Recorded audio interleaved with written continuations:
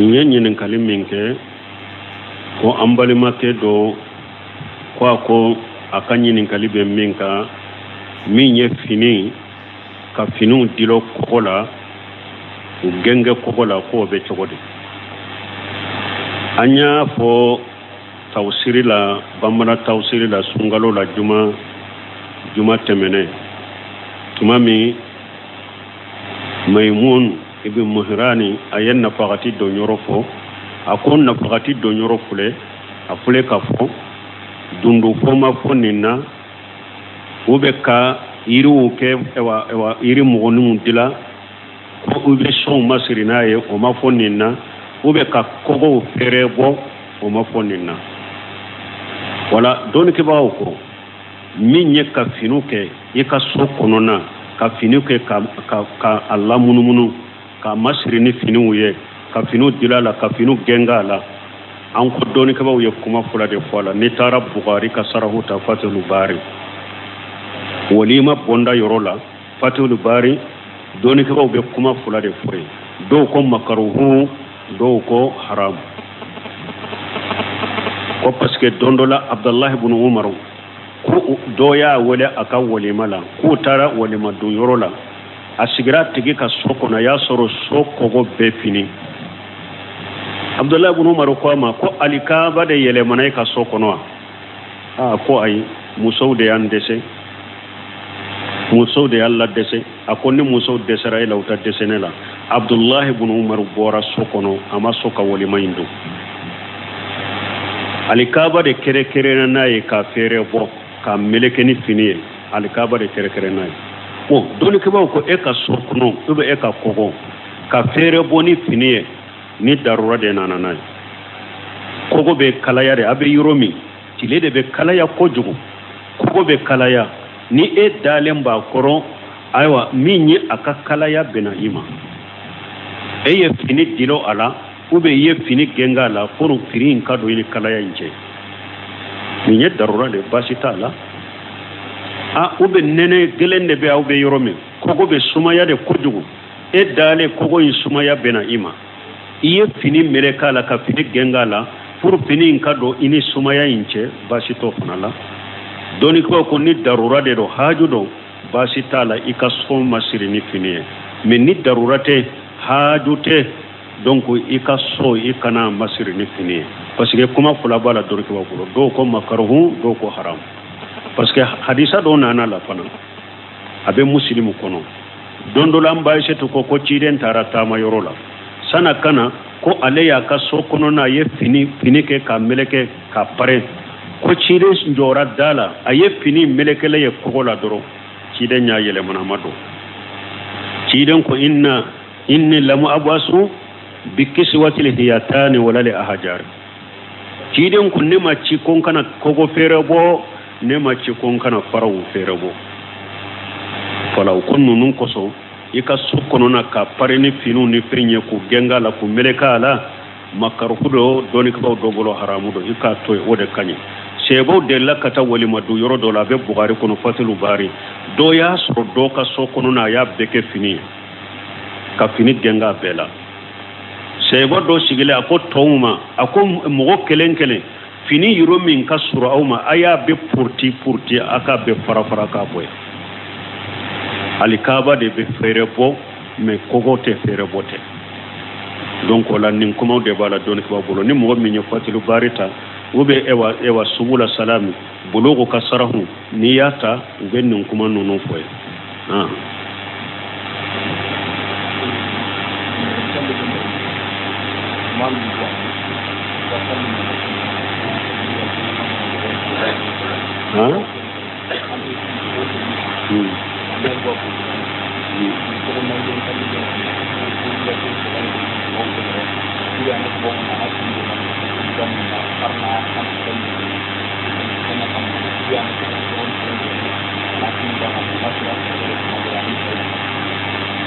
Bon, nin ye min fɔ ko alimami de don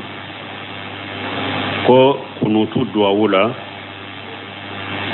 a bɛ patron dɔ de kɛrɛkɛrɛya k'a ka entreprise patron in ka baara yɔrɔ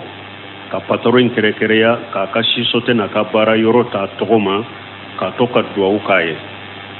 ko a b'a fɔ ka duwawu kɔnɔ fana ko ni mɔgɔ min b'o patɔrɔn in fɔ mɔgɔ min b'o baara yɔrɔ fɛ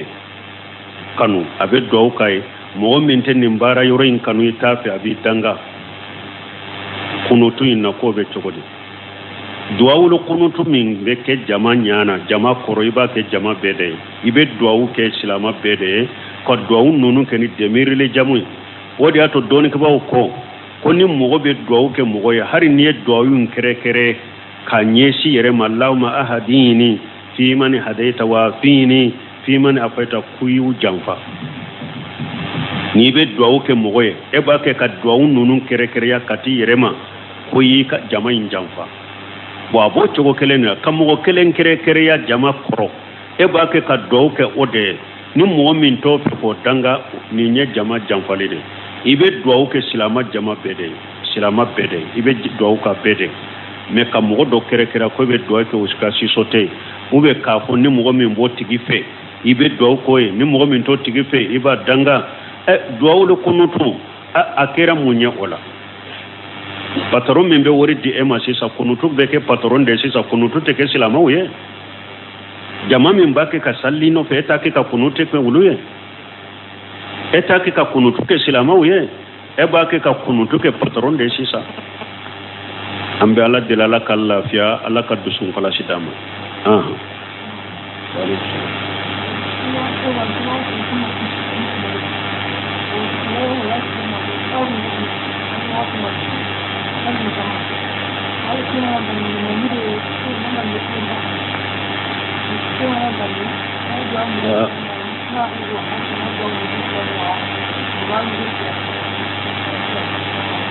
ni u cayara dɔrɔn bɛ ɲina e ko fɔlɔ ye mun ye ko dɔ ko olu bɛ wayasi la u bɛ bisiw de kɔnɔ kari dɔ kɔnɔ mobilitigiw tɛ jɔ olu bɛ sali cogo kɛ cogo di n'i bɛ wayasi sugu la ni sali fana wagati y'aw sɔrɔ yɔrɔ dɔ la sali fana ni lasara fara ɲɔgɔn kan ni yɛrɛ y'a dɔn lasara wagati b'aw sɔrɔ bisi kɔnɔ ou bien a b'aw sɔrɔ mobili kɔnɔ a tɛ jɔ sali fana wagati a jɔra yɔrɔ dɔ la sali fana ni lasara fara ɲɔgɔn kan donc ni futuri fana y'aw sɔrɔ yɔrɔ dɔ la mobili jɔra donc ni aw b'a dɔn ni aw dɔnna fana safo b'aw sɔrɔ a kɔnɔ donc futuri sali i ka safo fara kan sani ka don mobili kɔnɔ i b'a fɔ nin de ma jamu taqdim nin dagara ye ou bien aw bɛ mobili kɔnɔ bisi kɔnɔ sali fana sera k'aw to a kɔnɔ mais a tɛ jɔ aw b'a dɔn kɔni ni lagasara bɛ se yɔrɔ o yɔrɔ a bɛ jɔ yɔrɔ dɔ la sali fana bila ni jigira yɔrɔ min lagasara wagati i bɛ sali fana lasara fara ɲɔgɔn kan jamu takhir ou bien futuru y'aw sɔrɔ mobili kɔnɔ a ma sɔn ka jɔ mais a kɔni b'a dɔn ni safo wagati bɛ se yɔrɔ o yɔrɔ a bɛ jɔ yɔrɔ dɔ la i bɛ futuru in bila ni jigina i b'a ni safo fara ɲɔgɔn kan jamu takhir nin fula kelen kelen dagari ye bon ni a ma kɛ nin ye sa e y'i ka sali fana sali lagasara e donna mobili kɔnɔ lagasara wagati sera mobili tigi tɛ sɔn ka jɔ fana ayiwa n'a a bɛ jɔ yɔrɔ o yɔrɔ fana a b'a sɔrɔ tile binna e bɛ sali mobili kɔnɔ sali cogo min se b'i ye fattaqullaha mastata'tum la yukallifu Allahu nafsan illa wusaha i bɛ se sali cogo min na mobili in kɔnɔ o kɛ nin ye ɲininkali fɔlɔ jaabi i ko a ko filanan ko min ye jakatil fitri ko a hakɛ joli bɛ bɔ o ye sawu de kilo 3 dɔw b'a a jate kilo 2 ani tilancɛ ibnumbaji ninnu ka kitabu kɔnɔ taqriba pour i ko bɔ dɔɔnikɛbaw ka ɲɔgɔn sɔsɔ ni kuma caman na kilo 3 dafala i b'a bɔ mais hali n'i ye kilo 2 ni tila bɔ a ɲana parce que a bɛ dɔw bolo kilo 2 ani garamu 4 nusɛminu delila ka fɛn dɔ suma ale y'a bilo kilo 2 ani garamu 4 ale ko jakati fitiri y'o de mais a y'a fɔ ka fara kan dɛ a ko ale ye min suma a la n'a kɛra kilo 2 ni garamu 4 i k'i janto a la ni e bɛ suma fɛn min suma parce que suma fɛnw u ka giriya u ka girin ka tɛmɛ ɲɔgɔn kan bon dɔw fana bɛ sawo fa joona ka tɛmɛ dɔ kan donc a fɔ i b'o jate minɛ a la donc wala kɔni taqriba kilo 2 ani tilancɛ ube kilo 7 ni yo bo o wasara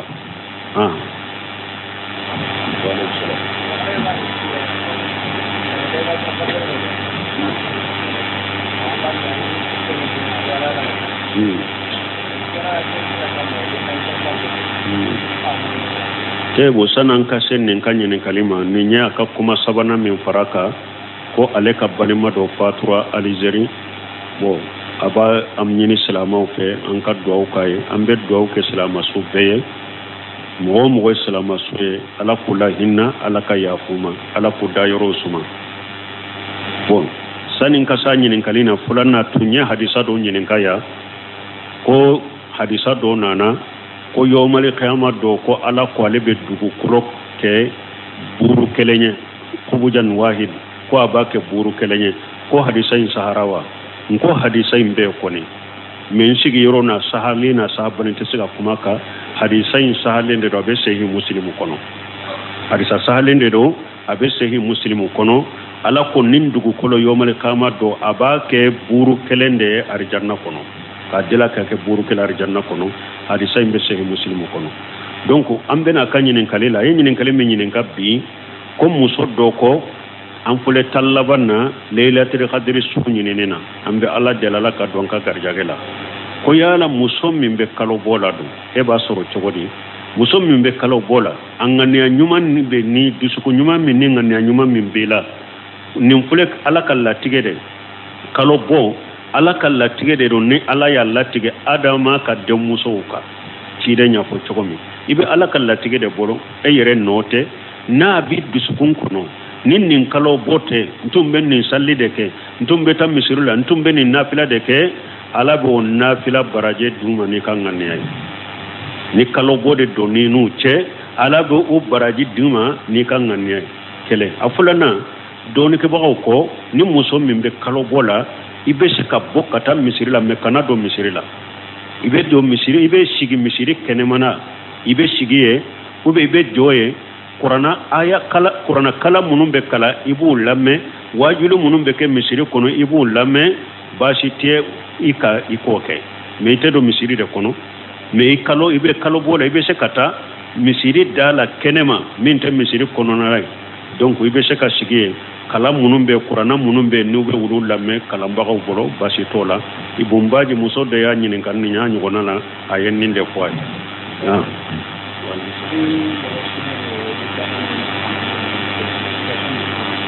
bo konni mo sunne ndo abe banani fananu ko ya sumbe chogodi ciden ko sallallahu alaihi wasallam man lam yada qawla al-jur wal amalan bihi falaysa lillahi hajatu fi an yada ta'amahu wa sarabahu ciden ko sallallahu alaihi wasallam akonni mo min suna ima galon kuma yu toy kabara kene galon ne junubu kuma wuye imu toye ala makoti ka minola ala makoti ka kungola mana e fana minora fu ikongora fu barajiti le ka sunna ni mo sunna ni ma junubu kuma foli toye kabara kene junubu ni ma toye ika minogo ika kungo ala makosi tala ibe pere ala ciden ko sallallahu alaihi wasallam ija kana yawmu sawmi ahadikum fala yarfusu wala yashqab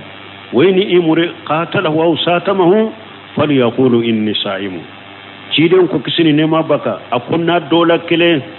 sunna dommi ni mo do yinani ay kuma jugo fuye ube ayikele afwa tigima kunne sunnende do e kana nani kana kele e ka afwa tigima kunne sunnendo wala sumbaga yere koloshi ki da koloshi kuma jugu ni kuma lankolo ni junubu kuma wula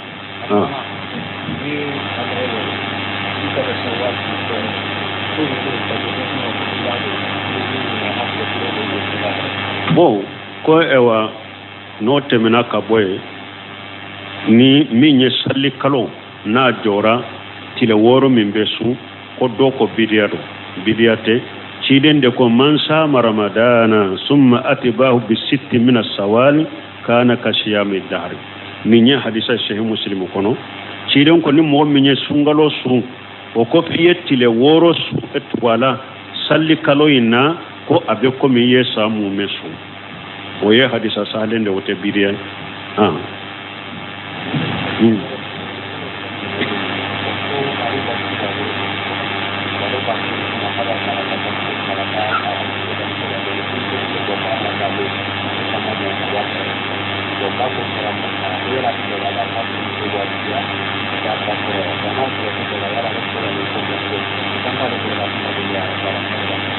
Mo ko doko ale ka bamuso be buruso kono ale ya ko aka muso ye furumuso ye ko aka ta shiga ka bamuso koro aka lado ko aka furumuso ko ale ka ta shiga bamuso koro buruso ra mande ale ko ale be nin ko ke chogori yala be furumuso inja ko balla ja ko te mugo ka furumuso ka ko aka ta shiga ye ba koro ka lado ka barake nai otaka masalaha kono nana e baye ne bade ne baye e bade ne furula e made mbi deme ki ballado mbi deme iba batolila ni muso yere jenani ni nyaye nyugon de mala koma bankal la daw kunan bake to mi masalaha kono basitala basitala ki che de maka bange baka batolila ki che de maka bange balla dolila nyumande do akani la da nyumaunde do masalaha kono nana ke nyumande do me na wajibi da yaka wajibi taka eka muso ka kwa ka tabaraki bai a wajibi len taka de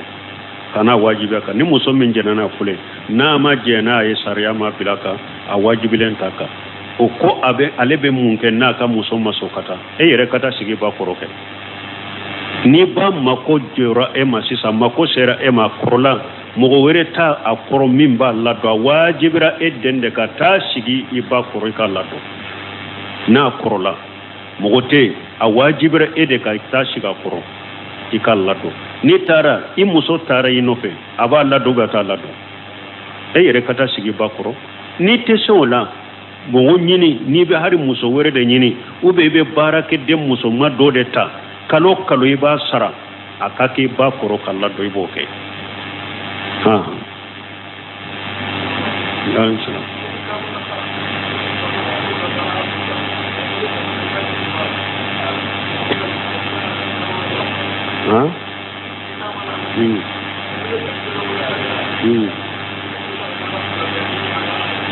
ni bena awo ya ni bena aw kon ni tama de ni tamare be dobo sallula men ni e tarika dugula ya ni kana iba ke chogodi iye tama de ni sira de la dugu ni ka demba ya de be e bawde be e fawde be e be dew ni muso de be i wolo dugu ni kuni sera dugu ina doro tama de nya banna kito dugu in kono tama de nya banna te tama de nya tuguni ka dugu kono ibe salli dafade ni bori ka dugu kono kata kanyese Bamako ma fana kilo kacha kilo bishege fana ibe dobo salila tuguni sani kase Bamako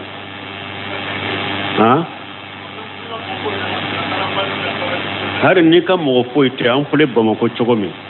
be ka an be nana wori nyini de la an sigilembe ya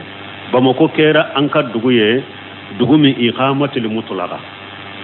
har na makan ka duguye kombe ye kudai mogo be Bamako mogo chama be Bamako chogomi ba fo iqamatul mutlaqa ibe sigila Bamako sigimi go wakati tila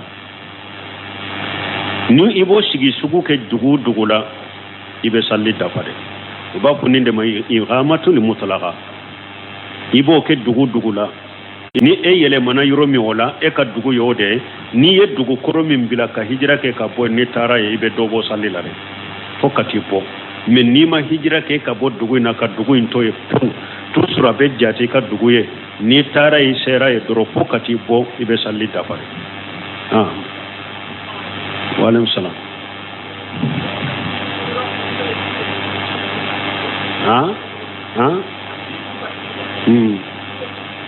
bon comme min be a fini kuru ou be kurusi abe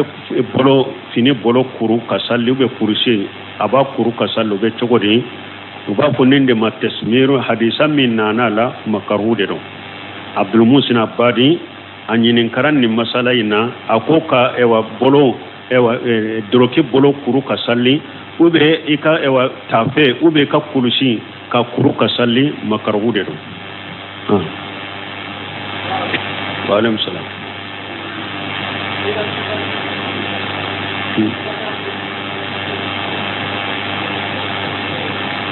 ko letel qadri ñinini la i ka ta salli misiri la ani ka salli so juman kañi i ka ta salli misiri la wo de kañi parce que tarawihi min fule ni ñe qiyamu ramadana min fule ñe sungalo joli min fule ni ñe silamiya sariya ye jama de kama sunnay nafila ni jama de kerama sunnay i ko ke jama la wo de kañi ka teme kelen ka ke donc letere qadri ñinini salli min fule ni ñe misiriw kono jama de kerama sunnay ka ta ke jama la wo de kañi ka teme kelen ka ke wa alaykum salam.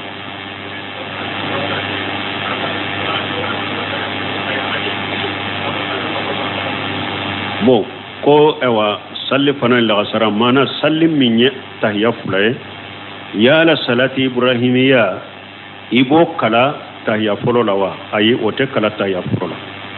tahiya folo be da wa ashhadu an la ilaha illallah wa ashhadu anna muhammadan abduhu wa rasuluhu tahiya folo da yoro ye ninde donc ibe salli ciden ka salati ibrahimiya fo tahiya labandela mais har ni mo min nya fo tahiya folo fana la basi ti ka salli la parce que abe majabu do bolo abe fo u fula bela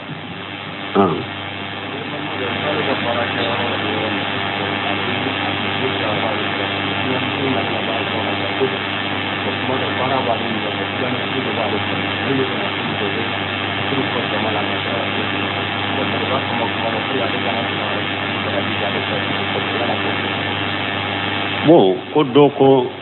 ale ni sunna misiri kadja misiri fula be ale fe mais ani sunna misiri kadja ani misiri min ka soro ye bidia misiri de comme ni ulu be do salli le ko ka jikiru ni fon ke darra ko so ale ka sallu ko fa be chogodi ta salli sunna misiri la na ya soro e kam minam bi bolo ini yoro do kadja ni taraye o be tono min dima ani yoro min ka surima to tono dima ibetami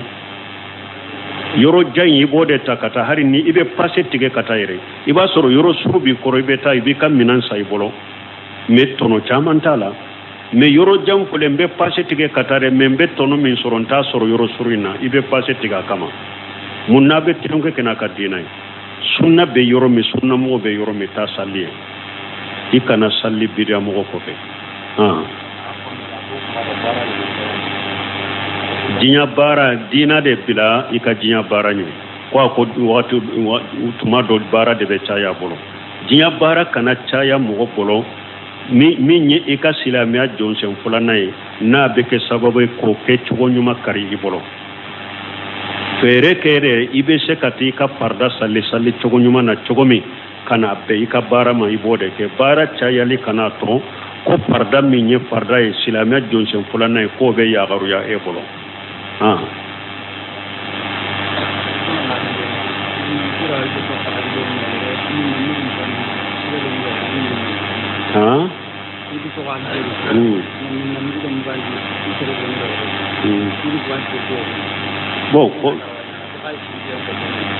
bon ko doko alebe alizeri yala lebe se ka kamugo ka jakatil fitiri bo ka to alizeri parce que wari nali ka geleya bashi tola ni ya foyi ka mogo wuyaya jakatil fitiri nunu akanu bo ne be ka jakatil fitiri bo nyere fe Algérie bashi tala mais kana bo wori la Algérie de iba bo balo de la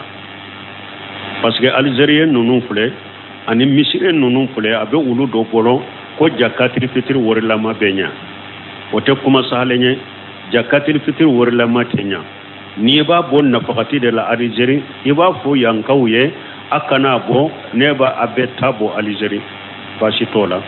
ube iba fo uluye donc auka ne tabo ya bamako auka ne ka jakatir fitiri bo bashi to fanala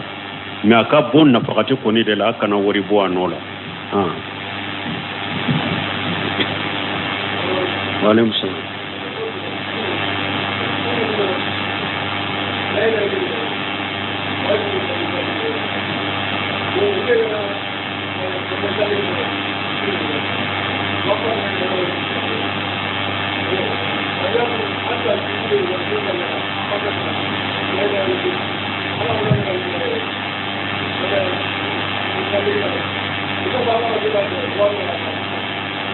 ni nye min ɲininka i y'a dɔn tallaba in na sisan dɔw safo kɔfɛ ani safo ka rawatibu kɔfɛ tarawihi bɛ kɛ o kɔfɛ fana tarawihi kɔfɛ su kɔnɔna na salli wɛrɛ bɛ kɛ wa ne ko sisan n'i ye safo salli alimami nɔfɛ n'i ye safo salli alimami nɔfɛ e sɛgɛnna ou bien darura dɔ b'i la e tɛ se ka tarawihi kɛ u nɔfɛ yala ni e taara i ka so kɔnɔ i ma nafila in kɛ u nɔfɛ mais su kɔnɔna taa min bɛ kɛ i bɛ taa o kɛ o bɛ cogo di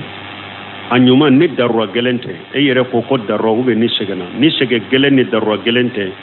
ciden ko man qama mali imami hatta yansarifa kutiba lahu qiyamul layl ciden ko ni sallira ka fara alimami ka fo ka taa salli bɛ ba i ɲana a ko hari su tɔ ni e ma foyi nafila ala bɛ sun mumɛ nafila baraji d'i ma donc o de y'a to dɔnnikɛbagaw ko ciden ka sunna ye min ye tarawihi la i ye a damina ni alimami min ye ayiwa safo kɔfɛ tarawihi a bɛɛ kɛ ni alimami min sallira i ye a bɛɛ salla a nɔfɛ de o de ciden ka sunna ye o de y'a to dɔnnikɛbagaw ko hari na a bɛ mɔgɔ min bolo k'a fɔ sunkalo nafila man ka tɛmɛ arakan tan ni kɛlɛ kan u ko ni sallira alimami kɔfɛ alimami nin ɲɛ salli hakɛ salli min ka ca arakan tan ni kɛlɛ hari n'a ye 23 de salli u ko ciden ka sunna e kana alimami fara ɲɔgɔn ya kana nɔ bila a bɛ salla nɔfɛ ciden ka hadisa kɔsɔn man qama mali imam hatta yansarifa kutiba lahu qiyamul layl ni mɔgɔ min sallira ka fara alimami kan fo ka taa salli bɛ ba i ɲana su mumɛ nafila baraji bɛ d'i ma dɔɔnikɛbaw ko mɔgɔw ka nin yɔrɔ kɔlɔsi dɛ hari ne a bɛ e bolo ko ciden ka sunkalo nafila ma deli ka tɛmɛ 11 kan 11 de ka ɲi ou bien a bɛ e bolo ko a tɛ daga fɛn ka fara 11 kan o kɔni tɛ kuma sahalen ye mais ko hari no o bɛ mɔgɔ min bolo ni sarila alimami nɔfɛ min bɛ fɛn salli min ka ca ni 11 kana nɔ bila salli a nɔfɛ de fo salli ka taa ba i ɲana o ye ciden ka kuma de sallallahu alaihi wasallam donc o la an bɛ min fɔ nin tigi ye e ka salli alimami nɔfɛ ka tarawihi kɛ a nɔfɛ fo salli bɛɛ ka ba i ɲana o de ka ɲi mais ni darura nani la i taara i ka so kɔnɔ ou bien i seginna kojugu i dɛsɛra k'a kɛ nafila de don wajibi tɛ o nafila de don baasi tɛ ka su tɔ la min bɛ kɛ i bɛ wuli ka taa o ma waaleykum salaam.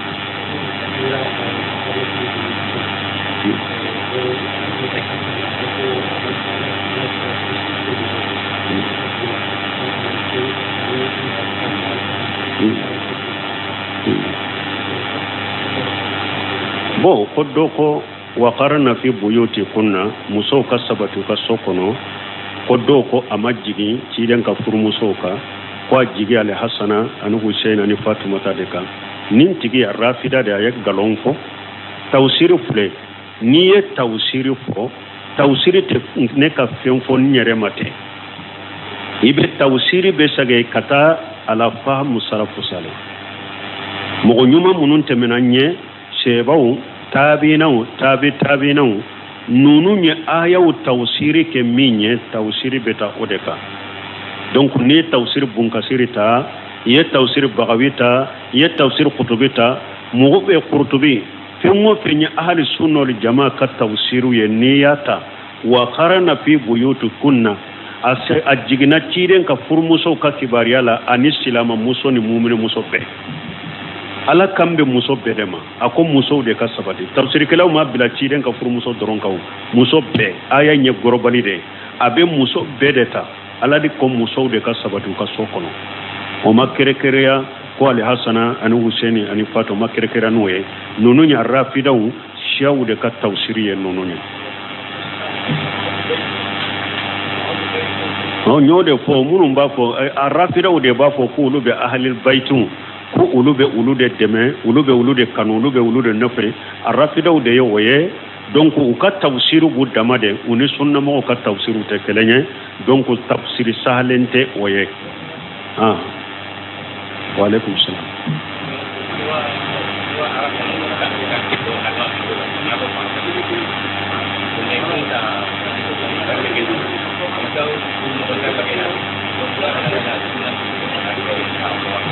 bon ko ale be yawa safo salli alimami don nofe safo kofe min ye tarawihi ye nafila min be ke safo ni kofe anaka rawatibu kofe ku be tande salli ko me su konona ta ko o misiri to oke me ale be ta su konona ta ke sunna misiri warela fimbe ale laba foitila o de kanyere sungalo tallaba min fulani nye mogo shebala anyana mayani batode ciden tunte sinoyere kana rasulullah sallallahu alaihi wasallam ija dagala asrul awakhir min ramadan ahya laylahu wa yagja ahlahu wa jadda wa sadda al mijar muttafaqun amba setu ko ciden tunkera ni sungalo tallaba donna ko abaka su bede nyana maya tallaba sum be ciden ba bede nyana maya ni bato ya tesinogo aba ka dembaya kunu fana aba yire jija fana aba ka tafe shiride kosobe fana mana ka mabbo musola donc mogo she bala afi farika foni tallaba inna ni be se ka sube nyanama ni ala bato ka be asube nyanama ciden to mbodeke oda to ibn baz ibn semin shaw salih fawzan fawjan nunu nyafo ambay setu nanani hadisa minni kana rasulullah sallallahu alaihi wasallam yastahidu fi ramadana ma la yastahidu fi ghayrihi ويستهد في عصر الأواخر منه ما لا يستهد فيه في غيره رواه مسلم أمبا ستكو كو تشيدن تنكرا كو سنغلو لا بي يري جيجا دوكي باتولا سنغلو لا كو أتوكي كالو تولا ni sungalo te awa ko sungalo tallaban fana ko tshiden be yere jija de ko o fana la atoke sungalo tola donc ibumbaji ko ni nyorola ako tshide sungalo mugan folo ko ciden tumbe nafila ke sufe me abedda kasino ako me tallaba ciden tunte sinogo don semenu yo fo gumbaji bo fo salu fawzan bo fo ciden ka sungalo mugan folo ani tallaba bato chogo kele unte ciden bolo mugan folo la aben nafila ke abeddo sinogo me tallaba ciden ba bede nyanamaya ate sinogo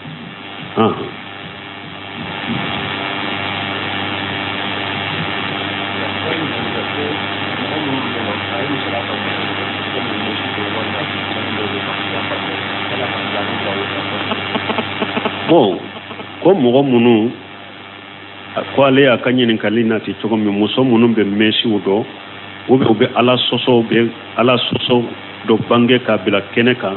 ka pasiku ko do bila keneka ninu ulu benna kufa be chogo di silama ude do ibufo mogo na ma bo silamiya kono silama de do silama kona ka hakke balima silama kan na benna ka nyogon fo aka foli bika doni ke ko silama fasiki iba foli toyede na ka foli baliyan na fa be silamiya ka iba ka foli to ninde kama nimbe meshi don nimna nim muso yin fulede ncigi nyogon de do abe nim meshi don minna abake kan nim fasika min ke keneka ninne yinda tigala ninna benamban naka salamu bilaka o be ke sababu ye abe fasika bara minna abada bila wala ikana salamu bilaka aka salamu ewa baliya ni iba lajede ni islamiya nafa bala ni nyen nin to ni masalamu bilaka o be ke sababu abe fasika minna be ala kuta minna babila wala kana salamu bilaka islamiya masalaha binna min ni yere man nindo ala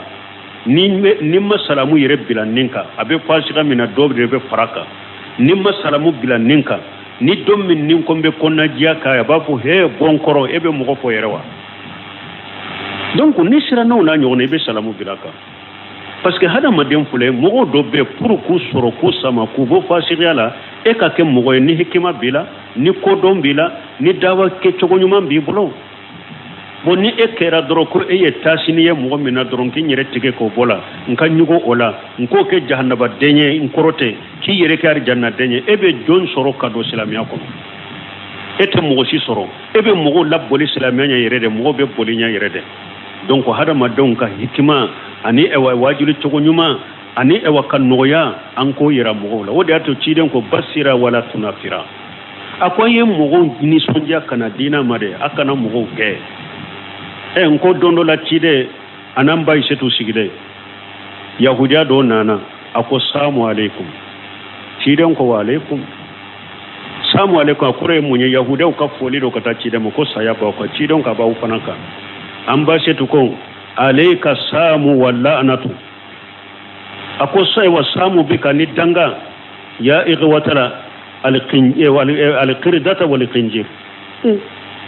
ci don ko an bai shi tuma ko a shi tun ne nyemunye ako ema me wo min fo ci don ko an bai shi tuma ema me ne min jabiwa inna allah ar-rafiqu yuhibbu rafiqu fi kulli shay ewa ala ye hinna masade ala be hinna de fe ko bela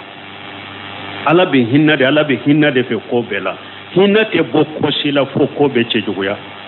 nogoya ni hinna donna koko la ube masiro ube nye me ciren ko ni nogoya ani hinna bora koko la ube cinyade donc kana ninke uko samu ako wa alaikum me eba ko wa alaikum la'natu wa alaikum samu wa la'natu ya ighwatala al-qirdati wal qanajir ako kana ninko donc ola anka ofara para anka an blokade wala lila fashiri munun fule no nyanu be fashira ka nya koro hinna de kamina an kun hinna mina de kun makarta mina de ka hinna wala ka kunnan jade kuye kan ne shi hade kuye kan noya de yirula o be ke sababu ye ka fashiri chaman sagi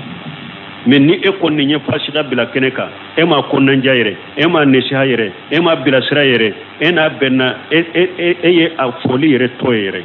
aba fo de alebe adabu juguya abo yere de dambe kata sunna mayre ama sunna mo yo ite so kam mo yere fo uni bette me nyogona itu fo yere de ewa ottigi ni e ko iba isa dongodo ko abe iba bila sira be bone jigi kai parce que ye jogol lan ko nya minyirala donc wala nin ka famu silaman na ye silama da be fashiga min kama Allah bo silamiya kono aka hakke de bika ikafo ni yere ya do aka foli bal ya ben na falla she silamiya ma wati mi ibe afaka foli to wa alaikum salam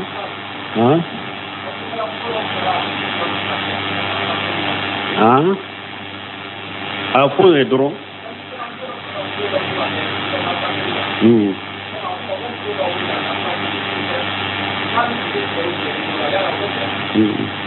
bo ko wajuru kila do ko aye wajuru ke kamuso lasu kata sufena filala misirula ko muso ko cesiri ukapo ukata salli misirula haru kanu jenyini afana dantemena atebbe muso hari farada nafila tere hari farda salli atebbe muso ka boy ka sokono kuibe na salli misirila ni cede majena